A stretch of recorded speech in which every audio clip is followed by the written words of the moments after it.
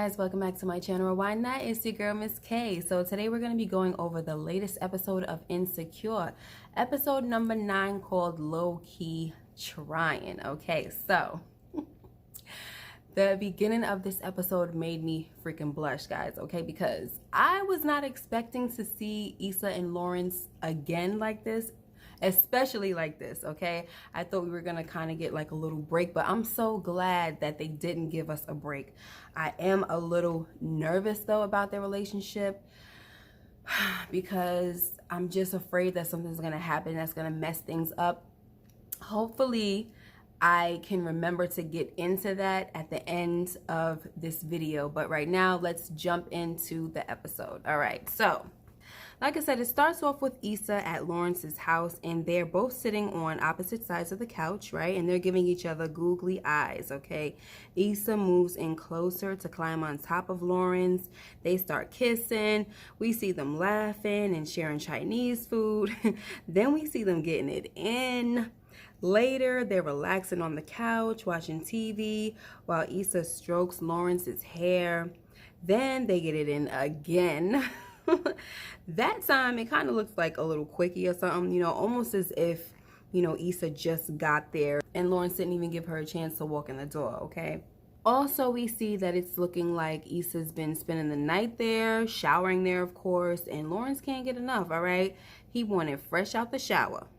So we also see that they sit and do their work together, share a beer, laugh some more, and you guessed it, more sex. I mean, they were getting it in, weren't they? Like I said, it made me blush a little bit, okay? It was really good to see, guys, all right? At first, I honestly thought it was like a dream or one of Issa's visions, because you know how our girl loves to daydream, right? But of course, I was excited when I saw that Issa and Lawrence are really doing this, okay? They haven't decided that they're back together, but they're trying something here, okay? And most importantly, they're enjoying the heck out of each other's company. Anyway, so they're sitting on the couch and they're eating pizza, right? Their legendary couch. And Lawrence says, "This is wild," right? So Issa makes a joke and says, "Yeah, I guess I'm just irresistible." So then a song comes on and Lawrence wants to know who sings it. So Issa grabs her phone to find out, but sees a text from Nathan who wants to know if she's still around later this week. So Issa decides to let Lawrence know about him. She tells him that they dated but are just friends now and that Nathan wants her to help him move. And Lawrence says, "Oh." So Issa tells him, "I don't have to go if it makes you uncomfortable." She tells him that she just wants to be honest because she doesn't want to mess this up, whatever this is. Then she says, "What is this again?"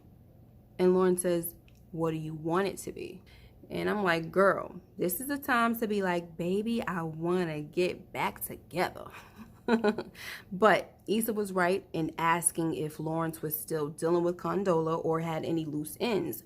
So Lawrence told Issa that he and Condola talked and it's done, it's over. Then she asked if he's going to move to San Francisco and be a trolley Negro. So Lawrence tells her that he has to nail the interview first. So let's not put the trolley before the horse. And Issa says, "Oh, this Nani got you so confused." So Lawrence is like, "Okay, well, come here and unconfuse me then."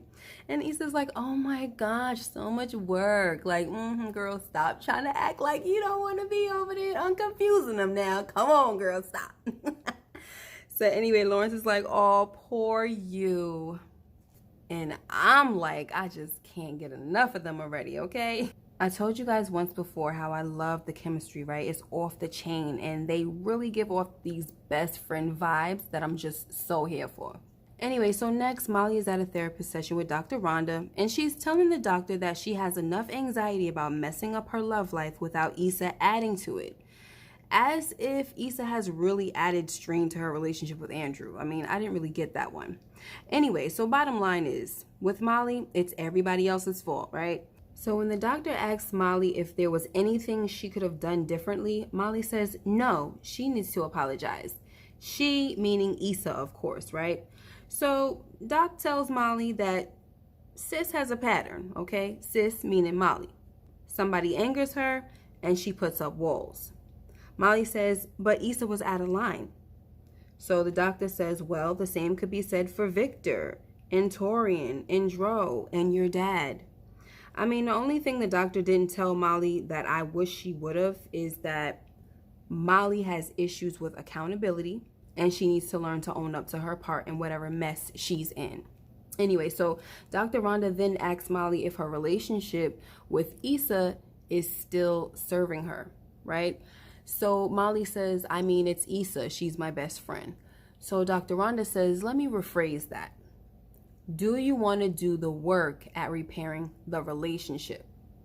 Okay, and I feel like that was a perfect question because I honestly don't think Molly wants to work at anything.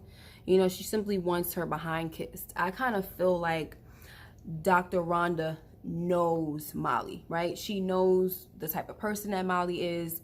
And without really getting in her behind, you know, or really reading her, because she wants to keep that doctor patient type of relationship, you know what I'm saying, rapport, whatever you want to say. She's not trying to run Molly away, so she's not really going to get in Molly's behind. All right, so she asks the question, are you really ready to work for this? Are you willing to work for this? Because I believe that Dr. Rhonda knows Molly don't really work for nothing. Molly is not really trying to put any effort towards fixing things. She kind of wants it her way or no way, you know? Anyway, so we see that Issa decides to call Molly even after she had a little vision that Molly would flip out on her, okay? So she calls Molly and leaves a message that she wants to meet up.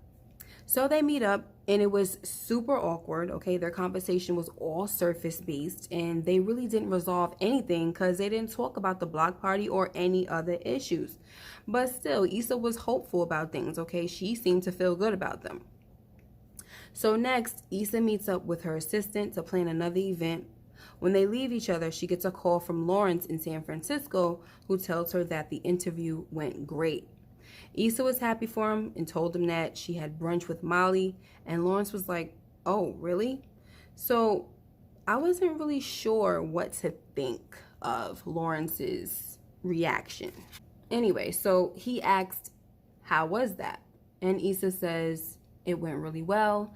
I mean, we didn't really get that deep into stuff, but I know how she is. She's still cooling off.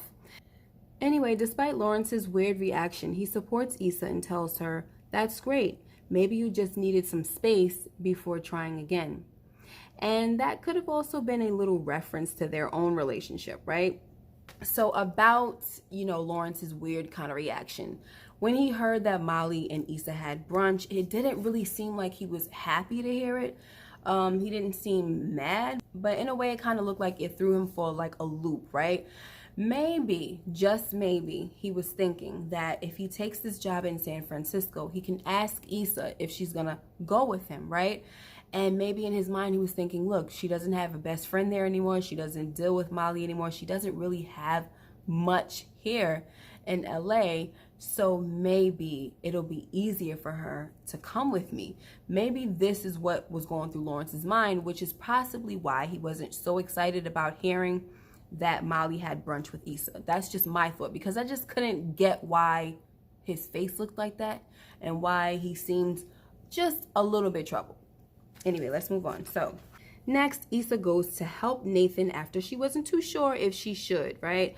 So when she gets there, she's acting a little awkward, you know, not hugging Nathan when he opens the door, calling him bruh, and moving away from him when he moves in too close to her. So she has to finally let him know that she's seeing her ex again. So it definitely seems to have disappointed Nathan, right? And he even laughs about it and tells her that he thought she was over that mess and that Lawrence seems sometimey. So Issa says, he's not. We talked and we're in a good place. And I was like, go ahead, girl, defend your boo. Then Nathan says, I hope he keeps his ish together this time. So Issa ain't having this Lawrence bashing session, okay? She tells Nathan at least Lawrence knows how to use his words and doesn't disappear. So Nathan tells her that he didn't just disappear. He found out that he was bipolar. So Issa feels a little bad now, okay? And she apologizes and she thanks him for sharing with her. Nathan then tells Issa that after some reevaluation, He was able to see the type of people he wanted in his life, and that Issa is one of them. Next, Molly is at Andrew's, and she asks him about the game that he went to with his brother, and Andrew said it was great. He then tells her that it was kind of awkward that she wasn't there because Victor invited both of them. He tells Molly that he had to lie and say she had to work, and Molly says, I didn't ask you to lie. So Andrew says, okay, but are you just not gonna see him again? He's my brother. So Molly, in all her selfishness, says, I don't understand why you would ask me to do something that would make me feel uncomfortable. So Andrew says, you could at least try. But before she could answer, Nathan and Issa came through the door to pick up some more boxes. Anyway, they tried to leave out real quick, but Andrew gives Molly the side eye like, you better invite them to stay. Because earlier he was getting on Molly, right, about her meeting Issa halfway. Because, you know, Molly was complaining about how their brunch was pointless and they achieved nothing because they didn't talk about anything. So, you know, they have their takeout and they start playing this game called Celebrity Heights, and Molly wasn't really feeling it, okay? But Andrew keeps giving her the side eye, so she goes along with the game. But then Andrew gets up to grab another bottle of wine from the fridge, and Molly sends a text to Issa that was clearly made for Andrew. The text said, see, I'm trying with her. So Issa ain't waste no time, okay? She responds back like, I don't think this was meant for me. And I feel like the old Issa would have probably tried to play things off, but would have still been in her feelings, you know? But not the new Issa. She nipped it right in the bud and was like, I'm out of here. So Molly runs after Issa to apologize, but tells her that's how I've been feeling and this whole thing felt so forced. So Issa's like, I didn't realize it was so hard for you to be around me. And you're saying you're trying, but it feels like I'm the only one who's putting any effort. So Molly says, by inviting me to brunch and playing old drinking games? And I was like, yeah, girl, by inviting you to brunch. I mean, I could admit, guys, okay, the drinking game might have been too soon, you know what I'm saying? But it was a group thing. It's not like it was just the two of them, you know what I mean? And yes, they definitely needed to talk, but Molly didn't even bother to bring anything up, okay? She was waiting on Issa to do it. And that's what Andrew was talking about with meeting Issa halfway. Issa broke the ice, right, by inviting Molly to brunch. The least Molly could have done was brought up the block party, especially since she's the one complaining that they haven't talked about what's really going on. Anyway, so Molly tells Issa that it's bigger than the block party. And Issa says, yeah, which is exactly why I reached out, but I can't be the only one who wants to make things work, Molly.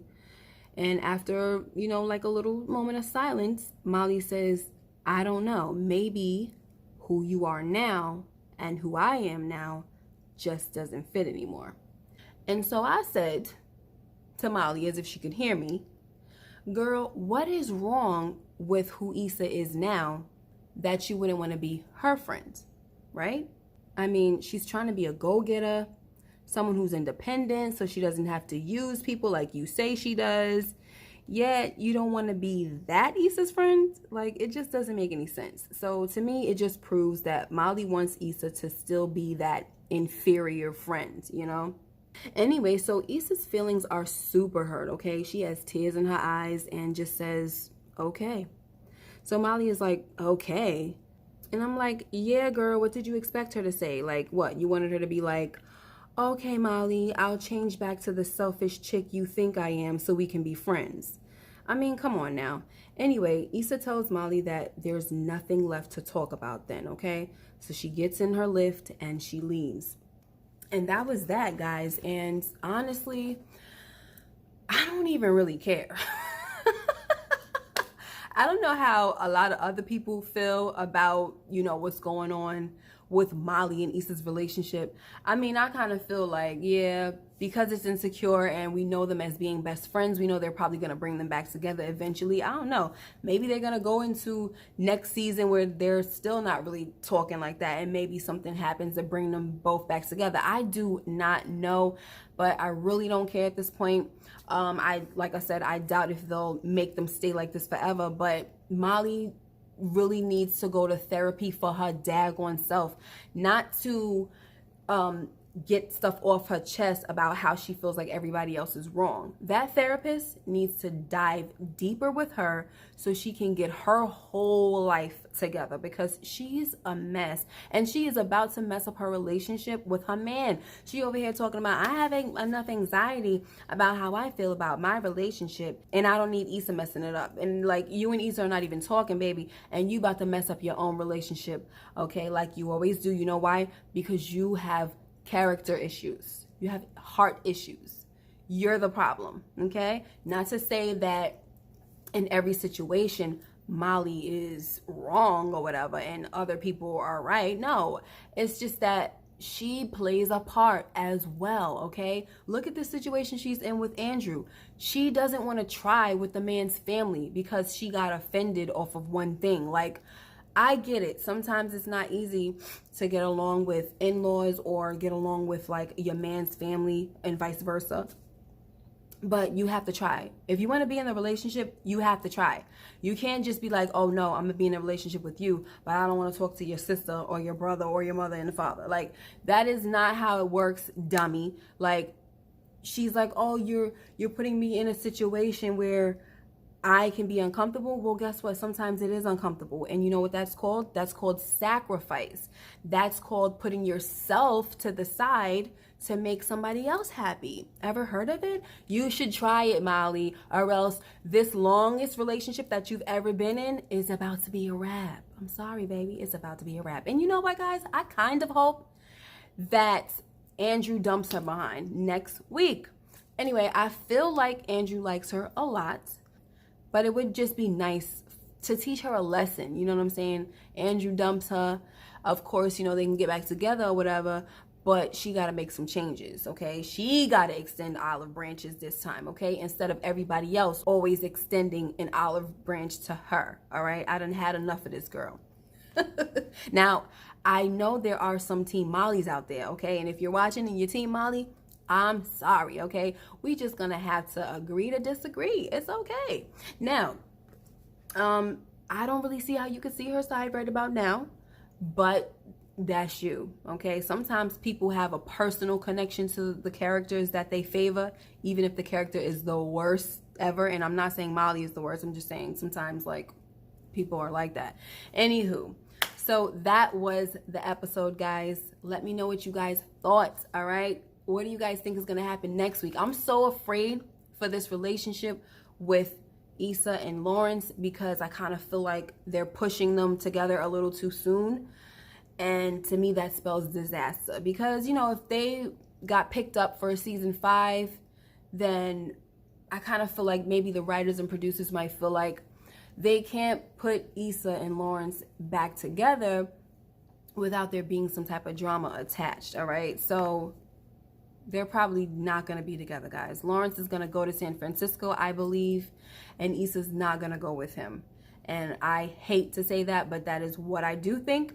Now, maybe they'll try their hand at a long-distance relationship or maybe a long-distance open relationship, and that can create a little bit of chaos. And then eventually, maybe like when they have the series finale, meaning like the ending of the show altogether, Issa might move to San Francisco. I don't know. That's my wishful thinking, my happy ending. I don't know. You guys tell me what you guys think, okay? Make sure you like, comment, subscribe if you haven't already. Hit that notification bell so you know when I upload more videos like this one.